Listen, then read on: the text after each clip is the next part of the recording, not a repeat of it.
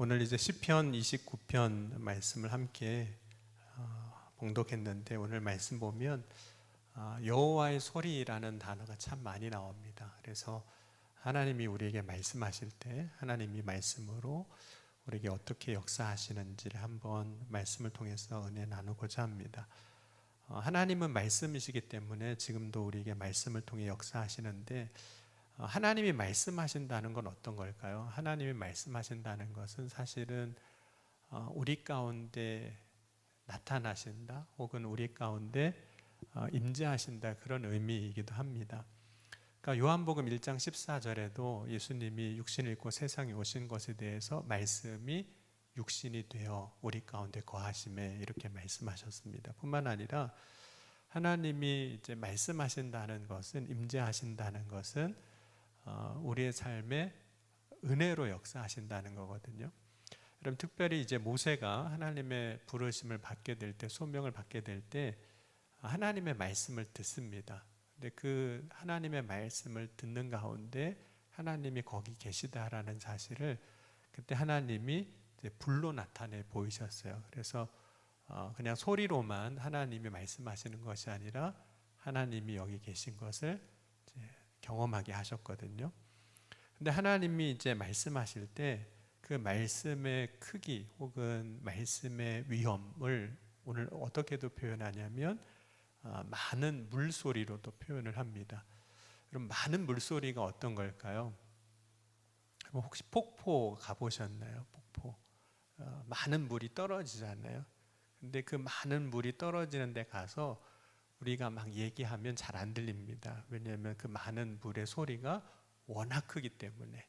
그래서 세계에 3대 폭포가 있거든요. 이과수 폭포가 있고, 나야가라 폭포가 있고, 아프리카 빅토리아 폭포가 있는데, 그 폭포의 소리, 물이 떨어지는 소리를 어떻게도 보통 표현하냐면 천둥 소리 같다, 이렇게도 표현해요. 워낙 이제 크기 때문에 그렇습니다. 그래서 성경에도 보면 그 하나님의 말씀이 많은 물소리 같다, 이렇게 표현을 합니다.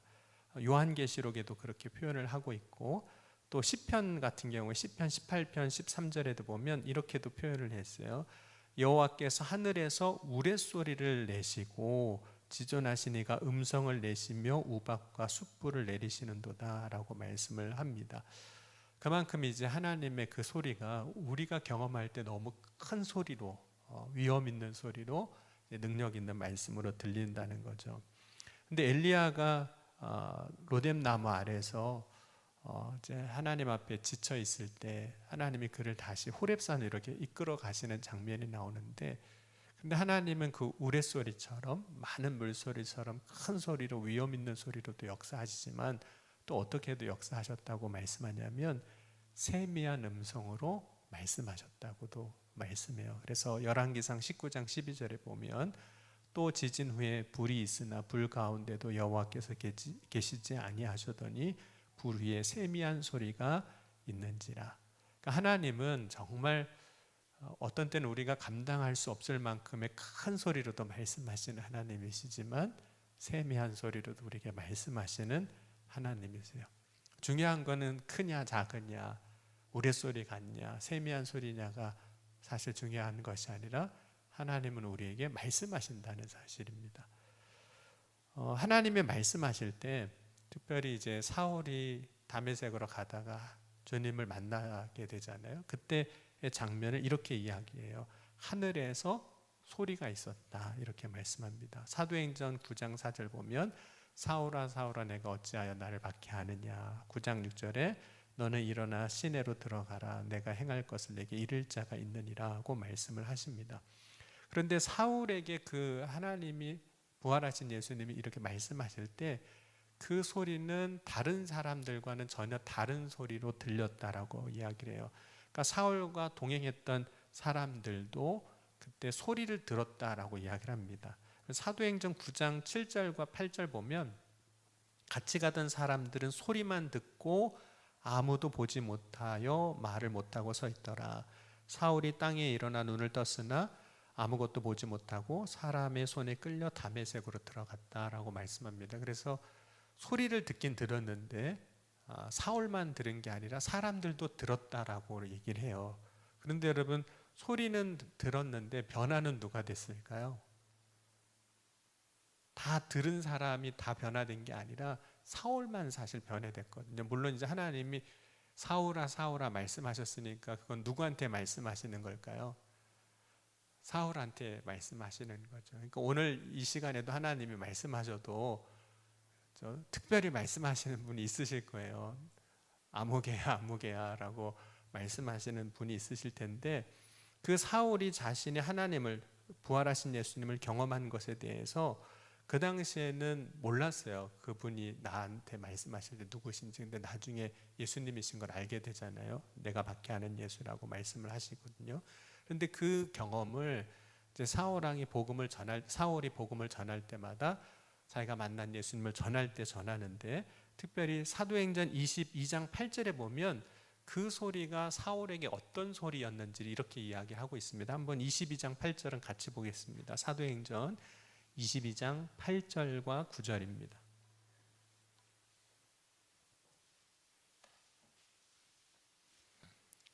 사도행전 22장 8절 9절은 같이 한번 읽겠습니다.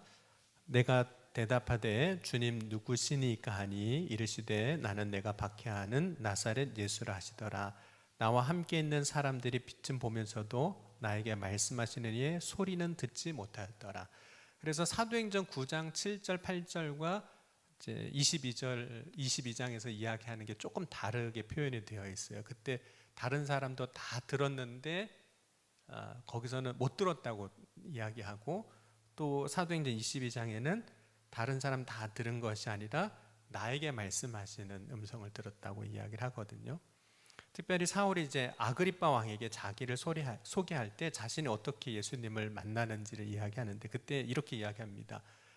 사도행전 26장 11절에 가보면 내가 소리를 들으니 히브리 말로 이르되 사울아 사울아 내가 어찌하여 나를 박해하느냐 라고 말씀을 합니다. 그래서 사울 곧 바울이 들었던 소리는 그 당시에 같이 있던 사람들이 들었던 소리와 다른 소리라고 이야기하고 있는 거예요. 그러니까 여러분, 오늘 이 시간도 여러분이 다 똑같이 제 설교는 듣거든요. 제가 입술을 통해서 이야기하는 소리, 마이크를 타고 스피커를 통해서 이야기하는 소리는 다 듣지만, 그러나 그 가운데 정말로 주님이 말씀하시는 걸 듣는 거는, 소리를 들었다고 다 듣는 거는 아니라는 거예요. 그러니까 소리는 다 듣긴 들었어요. 뭔가 하는 소리는 다 들었어요. 그런데 사울이 그때 들은 거는 그냥 모든 사람이 듣는 그 소리를 들은 것이 아니라 내 내면에 나의 마음 가운데 말씀하시는 주님의 음성을 들은 거죠. 그러니까 그 음성을 들은 사람이 변화되는 거예요. 여러분, 오늘 이제 말씀 보면 여호와의 소리라는 이야기가 계속 여러 번 반복되는데, 여호와의 소리를 이렇게 고백을 하고 있어요. 3절에 보면 물 위에 있다 이렇게 말씀하고 있고, 4절에 보면 힘이 있고 위엄차다. 또 5절에 보면 여호와의 소리가 힘이 있고 위엄차기 때문에 레바논의 백향목도 꺾을 정도라고 이야기합니다. 이 당시 레바논 백향목은 가장 좋은 건축 재료이기도 하지만 그 당시 건축 재료 중에 가장 강한, 강도가 높은 건축 재료라고 이제 이야기되는 거예요. 여러분, 요즘에 건축 재료 중에 뭐가 제일 강도가 높은 건축 재료일까요? 철골 구조든지 콘크리트든지 이런 얘기를 할 수 있는 거죠. 근데 그 당시에 이제 우리가 나무를 이야기하면 솔리드 우드라고 해서 딱딱한 나무들이 있거든요. 이제 그 중에서도 딱딱한 나무예요. 그러니까 강한 나무인데 하나님의 소리가 그걸 다 꺾으신다는 거예요. 그러면서 그 하나님의 소리는 어떤 위엄과 힘이 있냐면 7절에 가면 화염을 가르고 말씀하실 정도고, 광야를 진동시키시고 8절에 암사슴을 낙태하게 할 만큼의 큰 소리라고 9절에도 이야기합니다. 그래서 이 하나님의 소리가 세상의 어떤 능력으로도 막을 수 없는 힘이 있는, 위엄이 있는 하나님의 말씀 소리라고 이제 고백을 해요. 그러니까 하나님의 소리가 얼마나 대단한지를 이제 보여주는 거죠. 그러면 여러분, 그 하나님의 소리는 어떻게도 오늘 비교가 되냐면 왕과도 비교가 돼요. 여러분, 세상에 가장 큰 힘을 가진 사람이 왕이잖아요. 그 당시에 왕인데 이 왕으로 자정하신다. 그러니까 왕의 왕이 되시는, 그러니까 왕보다 더 힘 있는 말씀이라는 거거든요. 그럼 오늘 29장 10절 말씀 보면 영원토록 왕으로 자정하시고 또 백성에게 힘을 주시는 그런 소리로 오늘 고백이 됩니다. 그러니까 하나님의 소리가, 하나님의 음성이, 하나님의 말씀이 우리에게 경험될 때 우리는 그 소리는 어떻게 경험이 될까요? 여러분, 위험 있는, 힘 있는 소리가 우리에게 딱 임하면 우리는 어떻게 될까요? 그 백향목도 부러지고 그 불도 갈라버리고, 그렇죠? 그렇게 위험찬 소리라면 사실은 하나님의 소리 앞에서, 음성 앞에서 우리는 두렵고 떨릴 수밖에 없을 겁니다. 하나님의 소리가 그렇다면, 하나님의 소리가 그렇다면, 그러니까 하나님의 소리를 들으면 그래서 대부분의 사람은 다 어떻게 하냐면 꼬꾸라져요. 엎드리는 거예요. 내가 어떻게 그 앞에서 할 수가 없어서 하나님의 그 위엄과 능력과 권능 앞에서 다 엎드리게 되는 거죠. 그러면 여러분, 하나님이 우리에게 말씀하신다는 건 어떤 일이 될까요? 늘 제가 물어보는, 질문하는 건데, 여러분, 하나님이 정말 여러분에게 말씀하시면 좋겠습니까? 진짜 말씀하시면 아멘 하시겠어요? 어떤 때는요, 진짜 하나님이 말씀하실까봐 겁나요. 이렇게 해라 말씀하실까봐 진짜 두렵고 떨릴 때가 많습니다. 보통의 경우는 하나님의 말씀에 대해서 그래서 두 가지 마음을 가지게 되었어요. 하나는 두려운 마음이에요. 하나님이 진짜 말씀하실까봐 두렵고, 또 하나의 마음은 기쁨이에요. 하나님이 말씀하시면 기쁘시죠? 네, 아마 두려움만 있었으면 이 자리에 아무도 안 나오셨을 거예요. 가면은 막 혼나고 뭐 하나님이 막 우리를 심판하실 것 같고 그러면 누가 나오겠습니까? 그러나 그럼에도 불구하고 하나님의 말씀에는 기쁨이 있으니까 하나님 앞으로, 말씀 앞에 이제 나옵니다. 근데 하나님의 소리가 들린다는 것, 그 소리 앞에 있는 사람에게는 오늘 뭐라고 결론에 말하냐면 복이라는 거예요. 그러니까 우리가 하나님 앞에 있는, 하나님의 소리 앞에 있는 거, 하나님의 소리를 듣는 건 복입니다. 왜 하나님이 말씀하실 때 복이 되냐면 오늘 두 가지를 이야기해요. 왜 우리가 하나님의 음성을 듣는 것이, 하나님의 그 말씀이 때로 위험차고 두렵기도 하는 때가 있지만 그럼에도 불구하고 그 앞에 있는 것이 복인 이유를 오늘 10절 11절에 이렇게 이야기합니다. 우리 10절 11절 우리 같이 함께 읽겠습니다. 여호와께서 홍수 때에 자정하셨으며 여호와께서 영원하도록 왕으로 자정하시는도다. 여호와께서 자기 백성에 힘을 주시며 여호와께서 자기 백성에게 평강의 복을 주시리로다. 그러니까 하나님은 하나님의 소리로, 말씀으로 우리에게 역사하실 때 그 말씀 앞에 있는 사람이 두 가지 복을 주시는데, 하나는 뭐냐면 힘을 주세요. 그리고 또 하나는 평강의 복을 주시는 거예요.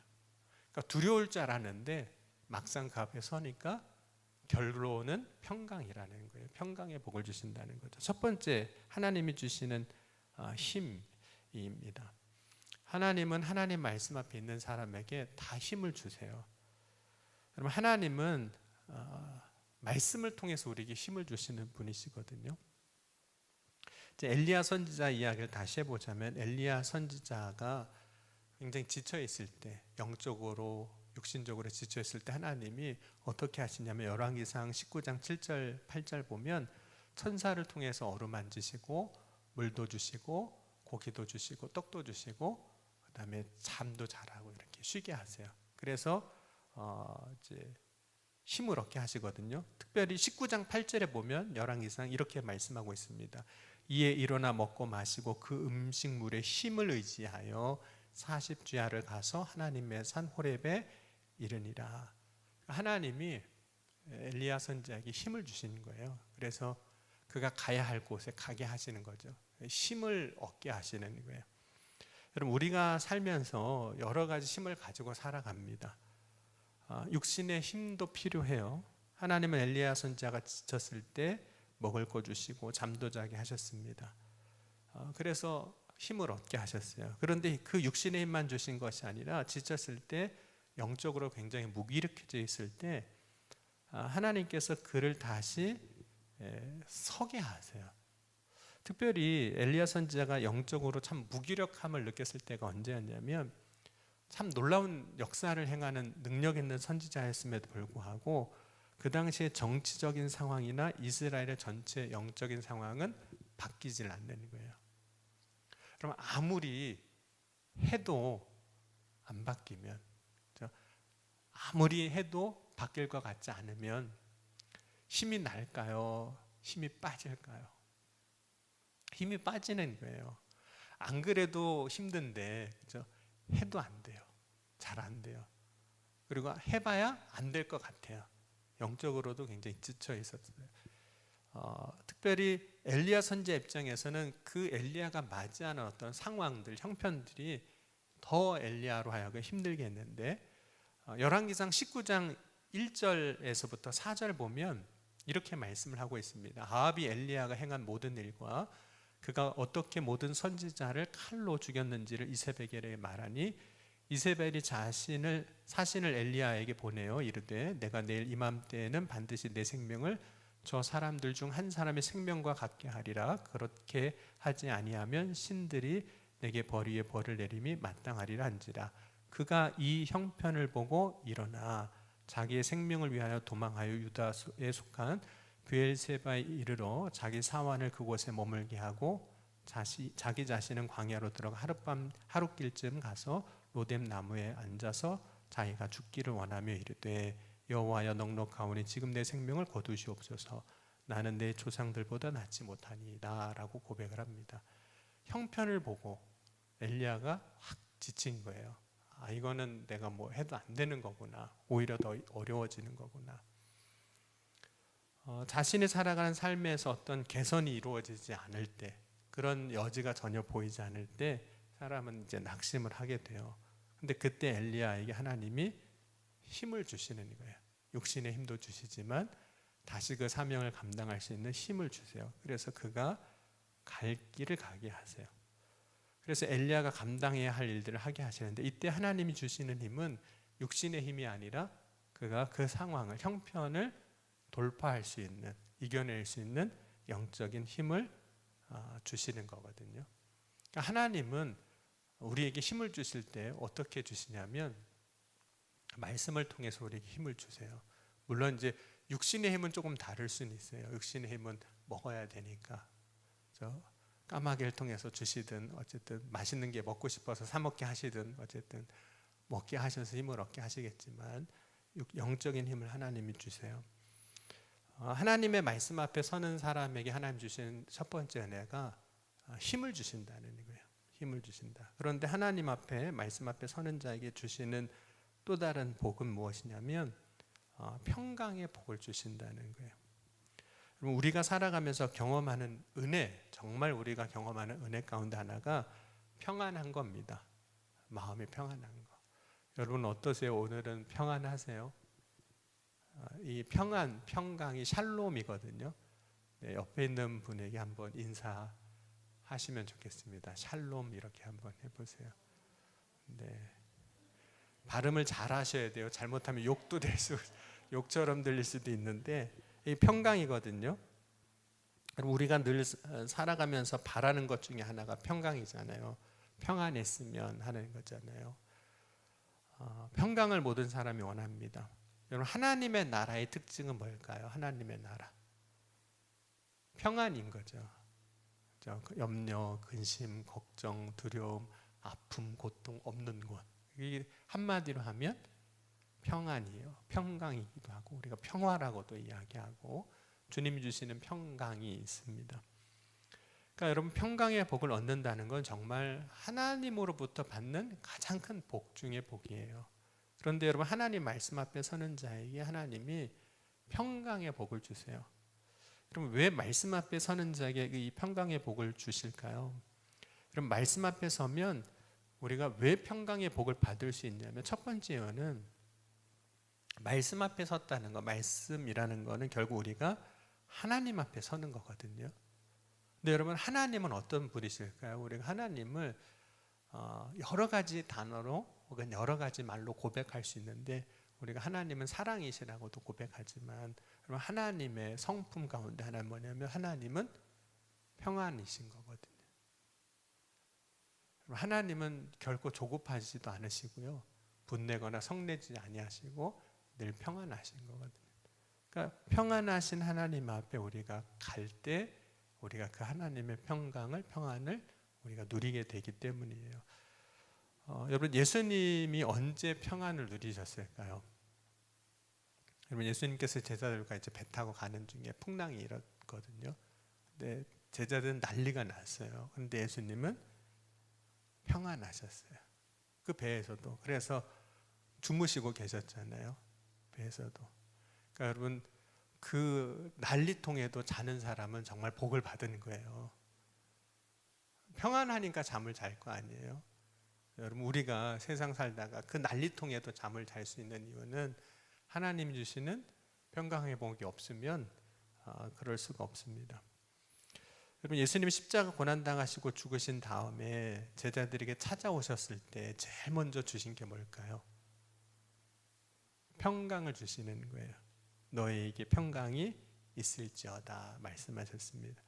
그때 제자들에게 있었던 그 두려움이 사라지기 시작하는데 평강이 임하니까 삶의 태도가 완전히 바뀌었어요. 그전에는 자기가 제자일 것이 드러날까 봐 그렇게 두려워했잖아요. 그래서 베드로는 예수님 부인하기도 했고, 또 예수님 십자가 고난당하시고 죽으신 다음에 가서는 집의 문을 다 꼭꼭 잠궈놨어요. 누가 올까 봐 불안해서 못 견디는 거예요. 근데 예수님이 부활하시고 승천하신 후에 예수를 믿는 사람에 대한 핍박은 변하지 않았는데 이 제자들의 마음이 바뀌기 시작하는 거예요. 주님이 주신 평강 이후에 사람들이, 유대인들이 예수를 전하면 죽이겠다고 위협을 해요. 그런데 전과 같았으면 그러면 예수를 전하지 말아야지 할 텐데 담대하게 복음을 전합니다. 그 이유가 뭘까요? 물론 상황은 여전해요. 위협하는 상황은 여전하지만 그들이 담대하게 복음을 전할 수 있는 이유는 어떤 문제 앞에서도 또 어떤 일 앞에서도 마음에는 무엇이 있었기 때문일까요? 평안한 거예요. 그렇죠? 평안한 거예요. 하나님이 마음에 주시는 평강은 나의 삶의 외부에 있는 어려움도 능히 감당하고 이겨내게 하는 힘의 원천이에요. 그러니까 내 마음이 평안하잖아요. 그러면 밖에 있는 것을 이 마음의 평안이 이겨내기 시작한다는 거죠. 왜냐하면 마음의 힘은 사실 모든 것을 견뎌내는 힘이 되기 때문입니다. 여러분, 한 사람의 마음에 평강을 주는 능력은 다른 사람에게도 영향을 미치는 힘이에요. 여러분, 옆에 있는 사람이 막 불안해요. 그러면 옆에 있는 사람, 그 옆에 있는 사람은 어떨까요? 같이 불안해요. 그럼 그런 실험을 이제 하는 경우도 있거든요. 이제 골목에서 갑자기 한 사람이 뛰어나와요. 근데 밖에 있는 사람들은 무슨 일이 있는지 모르잖아요. 그러니까 그냥 저 사람이 왜 뛰어나오지? 이렇게 생각을 한대요. 근데 그 똑같은 골목에서 또 한 사람이 갑자기 뛰어나오잖아요. 그럼 사람들이 가던 길을 멈춘대요. 그런데 저 골목에서 두 사람 지금 뛰어나오는데 갑자기 한 서너 사람이 막 뛰어나오면 이제 밖에 있는 사람들 다 어떻게 할까요? 같이 다 뛰어가는 거예요. 무슨 일이 있는지도 모르는데 그냥 처음에는 한 사람이 뛰니까 저 사람 왜 뛰지? 두 사람이 뛰니까 또 무슨 일이 있나? 좀 있다가 한 서너 사람이 또 뛰어나오니까 무슨 큰일이 생긴 줄 알고 다 반대 방향으로 도망간다는 거예요. 이게 불안이거든요. 평강이 없을 때 그래요. 그럼 마음에 평강 있는 사람을 통해 다른 사람도 평안해지는 거예요. 여러분, 그래서 하나님께서 특별히 하나님이 세운 사람은 지도자를 통해서 역사하실 때 지도자에게 어떤 마음을 먼저 주실까요? 평안을 먼저 주시는 거예요. 평안을 주시고 그 다음에 그 지도자를 따를 때 백성에게도 똑같이 역사해 주시는 애가 있습니다.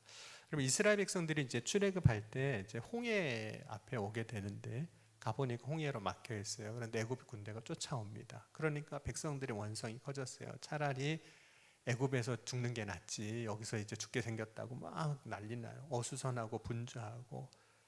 그때 아마 이스라엘 백성들은 자신들이 맞이한 현실 앞에서 발을 동동 굴렀을 겁니다. 근데 홍해 앞에 선 사람 중에 어떤 사람도 평안하지 않았어요. 근데 그때 하나님이 모세에게 주셨던 말씀은 너희는 두려워하지 말고 가만히 서 있으라, 이렇게 말씀해요. 그럼 가만히 서 있으라는 게 어떤 말씀일까요? 어떤 말씀을 하시는 걸까요? 이스라엘 백성을 향해서, 모세를 향해서 가만히 서 있으라. 그 얘기는 정말 그냥 우리가 아무 일도 하지 말고 꼼짝 않고 서 있는 그런 의미가 아니라 두려워하지 말고 평안하라는 거예요. 여러분, 사람이 불안하잖아요. 그러면 이리 뛰고 저리 뛰고 이렇게 해보고 저렇게 해보고 이렇게 해볼까 저렇게 해볼까 온갖 분주함이 그 안에서 일어나거든요. 그러니까 가만히 있으란 얘기는 평안하다는 거예요. 그러니까 평안하면 가만히 있게 되거든요. 그래서 하나님이 주시는 그 평안의 말씀을 통해서 모세가 평안하고 백성들이 평안하게 하셨던 거예요. 그럼 말씀이 주는 복이 무엇일까요? 평안함이에요. 우리가 진짜 말씀 앞에 딱 서잖아요. 말씀 앞에 서면 우리의 삶에 그렇게 문제가 있고 어려움이 있었음에도 불구하고 말씀 앞에서 우리의 마음이 평안해지기 시작하는 거예요. 그게 하나님께서 주시는 은혜이고 복입니다. 그리고 난 다음에 역사해 주시는 거예요. 그럼 오늘 이 시간 저와 여러분 하나님의 말씀 앞에 늘 서는 저와 여러분이 될 수 있기를 주의 이름으로 간절히 소원합니다. 하나님의 말씀 앞에 서는 사람이 누리는 은혜가 있는데 말씀을 통해서 힘을 얻습니다. 뿐만 아니라 말씀을 통해서 평안을 얻어요. 그래서 우리의 삶의 상황과 환경 가운데 맞이하는 일들을 돌파하고 감당하고 또 이겨내고 그 가운데 하나님이 역사하시는 은혜를 누리게 하여 주시는 줄 믿습니다. 오늘 말씀을 통해 주시는 그 은혜를 경험하고 우리 고백하는 저와 여러분이 될 수 있기를 주님으로 간절히 축원합니다. 우리 지금 함께 우리 찬양하시고 기도할 텐데 오늘은 연합석회로 드리니까 우리 옆에 있는 분들 기도 제목 나누시고 우리 기도하고 또 찬양하겠습니다. 네, 짝을 한 분씩, 세 분씩 하셔도 괜찮겠습니다. 한 1분 동안 같이 기도 제목 나누시고 우리 찬양하시고 함께 기도하겠습니다.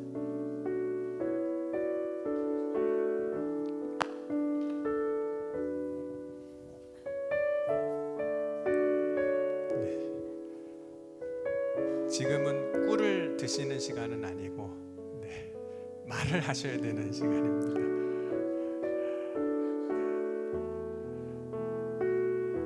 기도 제목을 간단하게 나눠주시면 우리 기도하겠습니다. 꼭 두 분이 아니어도 괜찮습니다. 여러분이 같이 나눠주시고 기도하셔도 되겠습니다.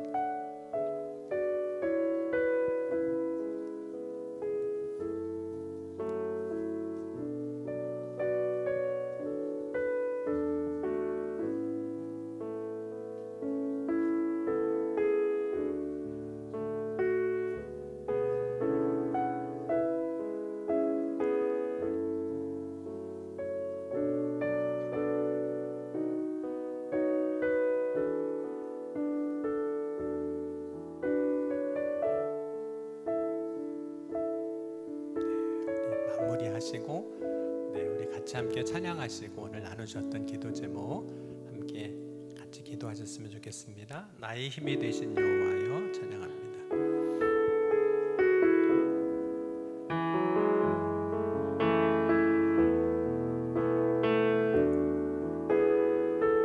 나의 힘이 되신 여호와여, 나의 힘이 되신 여호와여, 내가 주님을 사랑합니다. 주는 나의 반석이시며 나의 요새시라. 주는 나를 건지시는 주는 나를 건지시는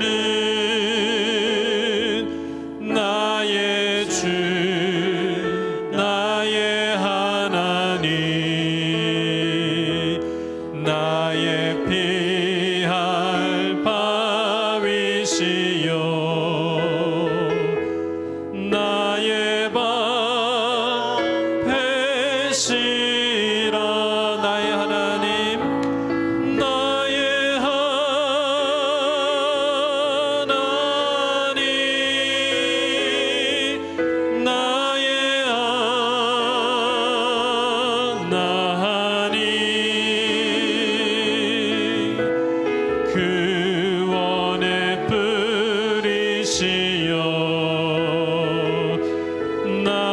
산성이라. 우리 두 손 들고 고백합니다. 나의 생명, 나의 생명이신 여호와여, 내가 주님을 찬양합니다. 주는 나의 사랑이시며 나의 의지시라. 주는 나를 이끄시는 주의 길 인도하시니 나의 생의 목자 되시니 내가 따르리라.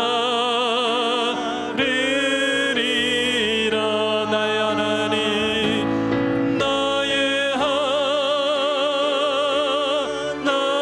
하나님, 나의 하나님. 생명의 면류관으로, 생명의 면류관으로 내게 씌우소서. 나의 하나님, 나의 하나님,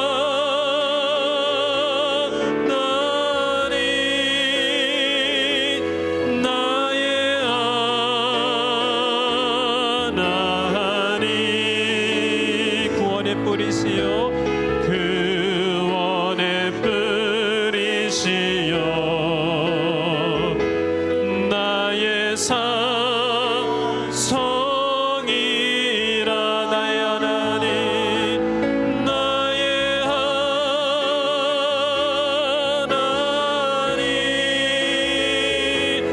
나의 하나님. 생명의 면류관으로, 생명의 면류관으로 내게 씌우소서. 이 시간 오늘 말씀 붙잡고 우리 주여 세 번 부르짖고 기도할 때, 주님 오늘 이 시간 나의 힘이 되신 하나님을 이 시간 고백합니다. 그 하나님의 놀라운 은혜 가운데 오늘 이 시간 놀라운 믿음 위에 굳게 서게 하여 주옵소서. 이 시간 주님을 가까이 함이 우리에게 복이요 우리에게 은혜임을 믿습니다. 이 시간 더욱더 주님을 가까이 함으로 나아가는 믿음의 삶이 되게 하여 주옵소서. 주여 세 번 부르고 함께 통성으로 기도하시겠습니다. 주여, 주여, 주여.